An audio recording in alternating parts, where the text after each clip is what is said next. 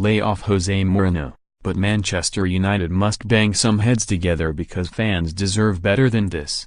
Lay off Jose Mourinho, forget about divisive playing stunts and back the manager.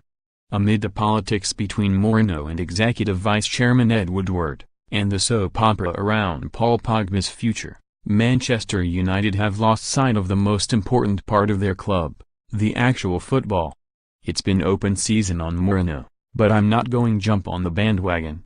He hasn't become a bad manager in the space of a shocking 90 minutes at Brighton. Nor has Pogba gone from World Cup winner to liability almost overnight. It's time to bang a few heads together at Old Trafford because United fans, who gave Mourinho unwavering support at the Amex, despite the team's unacceptable performance, deserve better than the blame game and players shirking responsibility.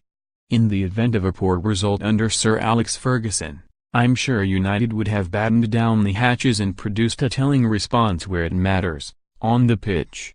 But when Fergie's teams lost, the big characters in United's dressing room, Roy Keane, Rio Ferdinand, Nemanja Vidic, Brian Robson, would take control and remind the players of the standards required. Where are those leaders in this group? Who is rattling cages and rallying workers on the shop floor? I don't see enough generals on the pitch, just foot soldiers.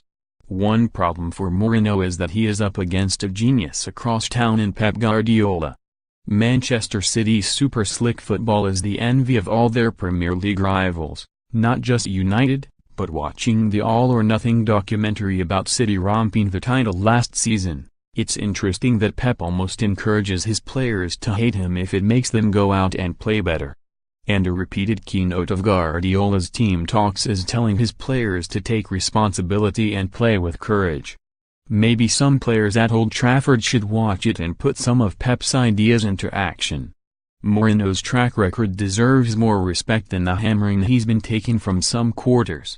He's won 9 major trophies in English football where Liverpool's Jurgen Klopp and Tottenham's Mauricio Pochettino have won none, yet they can do no wrong and the United manager is being slaughtered after just 2 games of the season. By the way, Klopp and Pochettino are both doing a fantastic job. But it appears that Mourinho is being judged by a different set of rules to his rivals. I don't care about the argument that he has failed to get the best out of Pogba, because Pogba himself is part of the problem. Up to now I've been one of his biggest advocates, but throwing your arms in the air when passes go astray, not tracking runners and not doing hard yards isn't going to win matches. And that applies to United collectively, not just Pogba.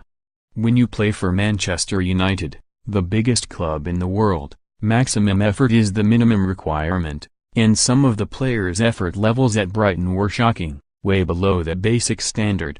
Is that down to Mourinho failing to inspire them, or should the players, to borrow Guardiola's phrase, take responsibility for their performances and motivate themselves to do well? And if you are going to give the manager a new contract, as United did in January, surely you have to back him in the transfer window. He tried to sign Toby Alderweireld from Tottenham but it appears he wasn't given the backing required to get it over the line. To stand a chance of closing the 19-point gap City opened up when they ran away with the title, United need everyone pulling in the same direction. Now some fans are planning a fly past with a banner calling for Woodward to go. What is that going to achieve, apart from adding another unnecessary distraction and heaping more pressure on the players?